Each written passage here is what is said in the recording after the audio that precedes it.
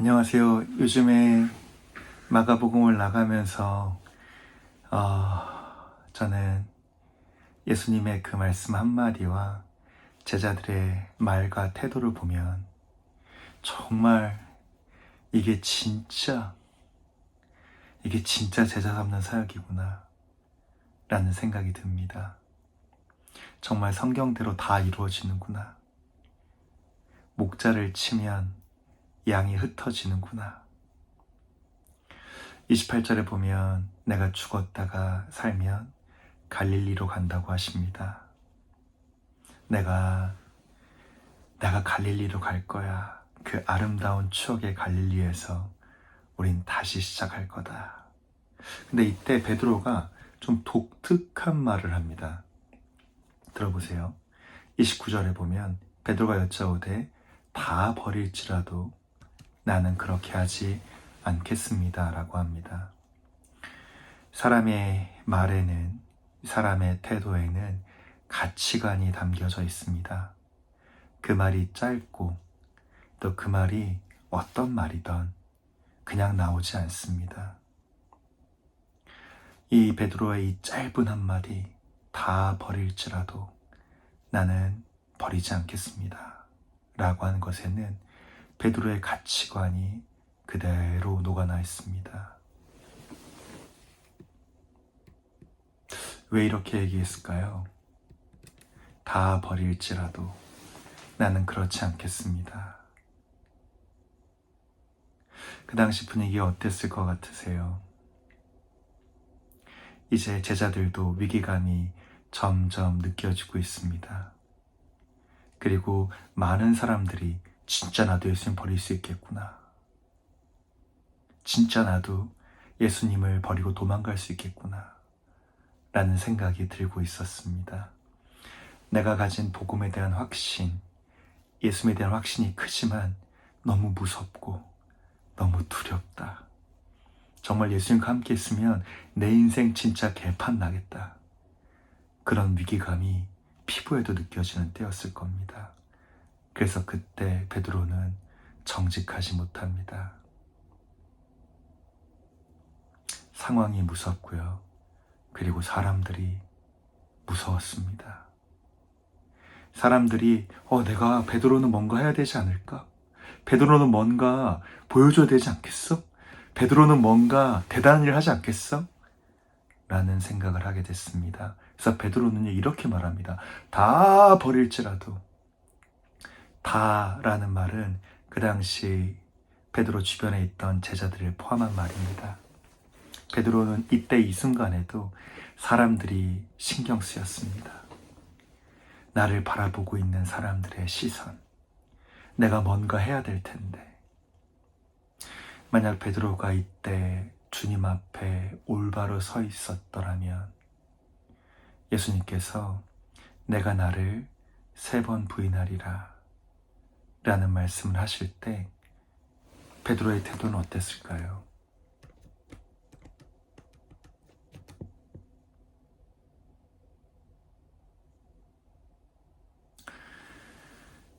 예수님은 이때 이 베드로의 태도를 보고 이미 아셨습니다. 베드로가 이미 진실하지 않은 동기로 서 있구나. 다 버릴지라도 수제자가 되어서 사람들의 시선을 떠날 수 없는 그때 베드로는 주님 앞에서 부정직했습니다. 그래서 예수님은 베드로의 부정직을 하시고 내가 나를 3번 부인하리라 라고 합니다.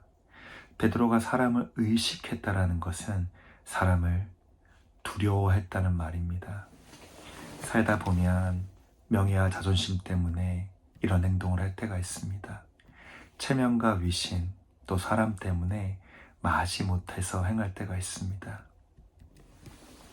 만약에 베드로가 사람을 의식하지 않았더라면 이렇게 말했을 겁니다.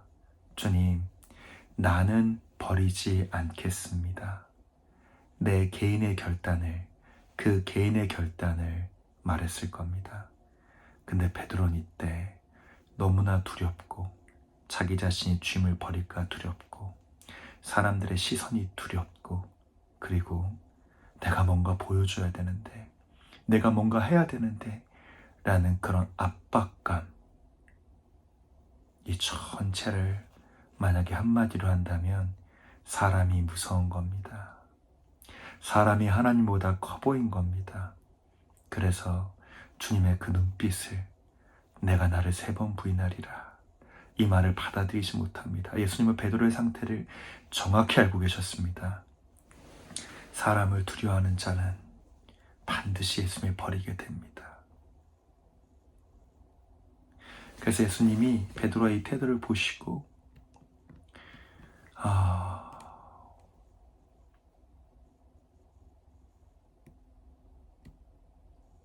베드로에게 정직성을 알려주기 위해서 말씀하십니다. 내가 3번 나를 부인하리라. 여러분 진짜 두려워해 보셨어요? 저는 지금 하나님께서 이 성경에 있는 많은 내용들은 우리가 이렇게 살라고, 그리고 앞으로 우리가 하나님의 은혜가 있다면 이런 일을 경험할 수 있을 거야 라는 기대감을 가지고 나온 성경입니다. 우리는 이 성경을 통해서 모든 걸 배울 수 있습니다. 베드로가 사는 그 제자의 삶을 살기에 사람들은 참 무섭고 두려운 것입니다. 사람들의 인정과 사람들이 날 어떻게 생각할까 란 이 생각 때문에 정말 중요한 내가 주 앞에 갖고 있는 확신은 뒷전에 밀립니다. 그래서 예수님은 말씀하십니다. 마가복음 8장 34절에 무리와 제자들을 불러 이르시되 아무든지 나를 따라오려거든 자기를 부인하고 자기 십자가를 지고 나를 좇을 것이니라.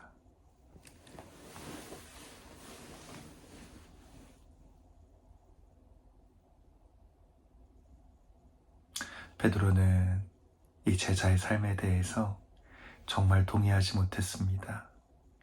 자기가 갖고 있었던 계획이 있었습니다.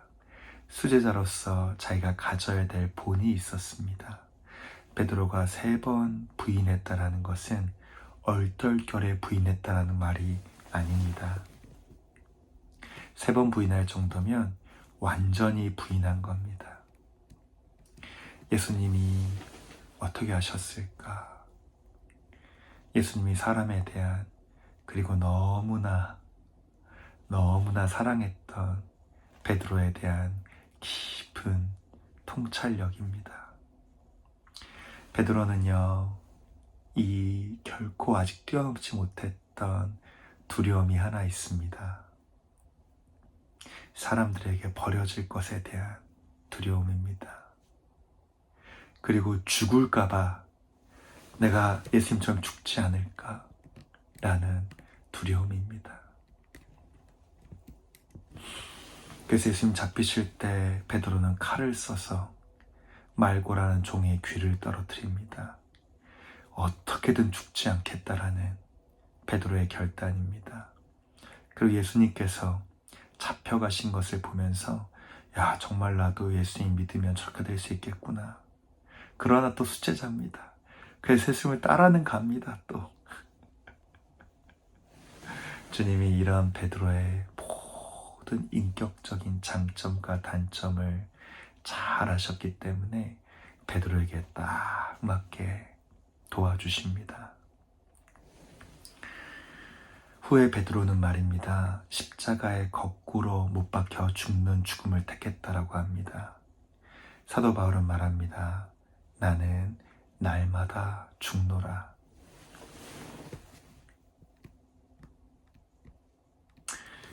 자기 자신의 계획에서 벗어나는 것, 자기 중심에서 벗어나는 것, 이것이 죽는 겁니다. 사람은요, 자기가 가치 있다 생각하는 것을 할 때 정말 기쁘고 즐겁고 삶의 의지가 느껴집니다. 그런데 베드로에게 너는 죽을 수 있다, 죽을 수 있는 길을 가야 된다 라고 했을 때 베드로가 그걸 택하는 것은 죽음 그 자체보다 어쩌면 어려울 수 있습니다. 35절, 36절 보면 누구든지 제 목숨을 구원코자 하면 잃을 것이요 누구든지 나와 복음을 위하여 제 목숨을 잃으면 구원하리라. 사람이 만일 온 천하를 얻고도 제 목숨을 잃으면 무엇이 유익하리요? 예수님이 이 말씀하신 데에는요, 이런 의미가 있습니다. 제자들아, 나도 목숨 귀한 거 안다. 목숨이 얼마나 귀하고 너가 너의 삶에 간 애착이 얼마나 큰지 안다. 그런데 내가 너를 위해서 내 목숨과 모든 것을 잃는다. 그러니 너도 나와 및 복음을 위하여 너의 목숨을 잃으면 내가 반드시 구원할 거야 라고 합니다. 이게 의무가 아닙니다. 이게 정말 신기한 일이죠. 이게 주님이 우리에게 너 이거 해 라는 의무의 측면이 아니라 주님이 우리에게 대하여 갖고 계시는 기대감입니다. 앞서 성경 마가복음 8장에 보면 예수님께서 무리들과 제자들을 불러서 말씀하십니다. 이야, 정말 예수님의 기대감이 엄청나지 않나요? 왜냐하면 자기 목숨을 버리는 겁니다. 자기 목숨을 버리는 건데 제자들만 불러서 얘기하는 것이 아니라 무리들도 불러서 얘기합니다. 성경에 나와 있는 무리는요, 난 훈련 안 받아? 이런 사람들을 무리라고 말하는 것이 아닌 것으로 보여집니다. 몇몇의 주석을 확인했습니다. 그 주석가들의 입장은 이렇습니다. 무리라는 사람은 예수님의 제자가 될 수 있는 잠재력을 갖고 있는 좋은 태도와 마음을 가진 사람들, 잠재적인 제자들을 말한다. 정말 위험한 것은 무리가 아니라 무리는 어쩌면 예수님께서 어린아이를 정말 귀히 여기셨잖아요. 그 어린아이의 순수한 마음을 너무 귀히 여기셨잖아요. 무리는 그런 어린아이와 같은 사람으로 보여집니다. 정말 예수님께 근심이 되고 마태복음에서 복음의 적이라 표현된 것은 무리가 아니라 악한 제자들입니다. 제자의 이름으로, 제자라는 이름으로 개인의 사욕을 추구했던 사람들. 예수님은 그런 무리들에게도요, 너도 생명을 걸어보지 않겠니? 라는 기대감만 표명하십니다. 모든 결정은 그 스스로 하는 겁니다. 이 베드로를 보십시오. 베드로에게 예수님이 설득하십니까? 설득 안 하십니다. 다만 베드로가 이렇게 말합니다. 내가 죽을지언정 부인하지 않겠다. 베드로가 이해를 한 겁니다. 자기가 진짜 무서운 것은 죽음이구나. 죽음 때문에 내가 이렇게 두려워하는구나. 그리고 다른 제자들이 이렇게 신속하게 예수님을 버리려고 하는 것도 죽음이다. 죽음에 대한 두려움 때문에 모두가 예수님을 버릴 거다. 여러분, 죽음에 대한 두려움을 개인의 말로 해보실 수 있으세요? 진짜 죽음은 지옥 가는 거죠? 근데 여기서 말하는 죽음은 그 죽음이 아닙니다. 제자들이 갖고 있었던 기대감이 있습니다. 예수님을 믿고 이 땅에서도 영향력 있고 파워풀하게 아주 선한 이미지로 또 큰 파워를 가지고 주를 섬기는 그런 모세와 같은 삶, 엘리야와 같은 삶을 제자들은 꿈꿨습니다. 변화산에서 만나죠. 와, 예수님, 저는 정말 저런 삶이 좋아요. 저렇게 모세처럼 많은 사람을 이끌고 엘리야처럼 하늘에서 불을 내릴 수 있는, 비를 내릴 수 있는 그런 영광스러운 영웅이 되고 싶습니다. 근데 예수님 어떻게 죽으시나요? 재판장에 서서 유죄 판결을 받으시고 십자가 사형을 당하십니다. 제자들은 도저히 이거를 받아들일 수 없었습니다. 내가 살아온 인생이 있는데, 내가 살아온 삶이 있는데 이게 뭐야? 이렇게 끝난다고? 내 이렇게 죽을 순 없어. 내 힘을 다해서 어떻게든지 상황을 역전시켜버리라. 그래서 베드로는 칼을 뽑고 로마 병사들과 싸웁니다. 죽을 수 없기 때문이죠.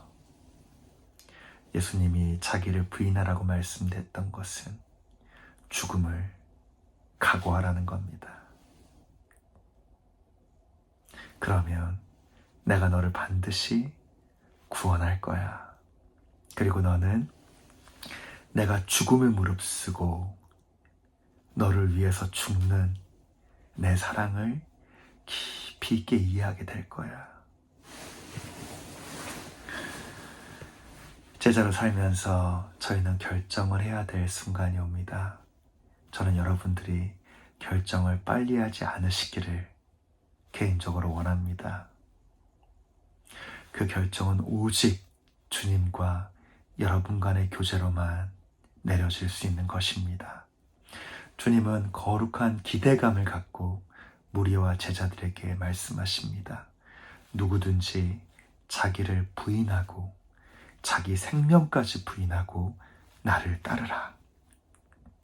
그러면 내가 내 생명까지 부인하고 너를 사랑한 내 사랑을 이하다 기노스코 정말 이해하게 될 것이다. 이것은 너의 결정이다.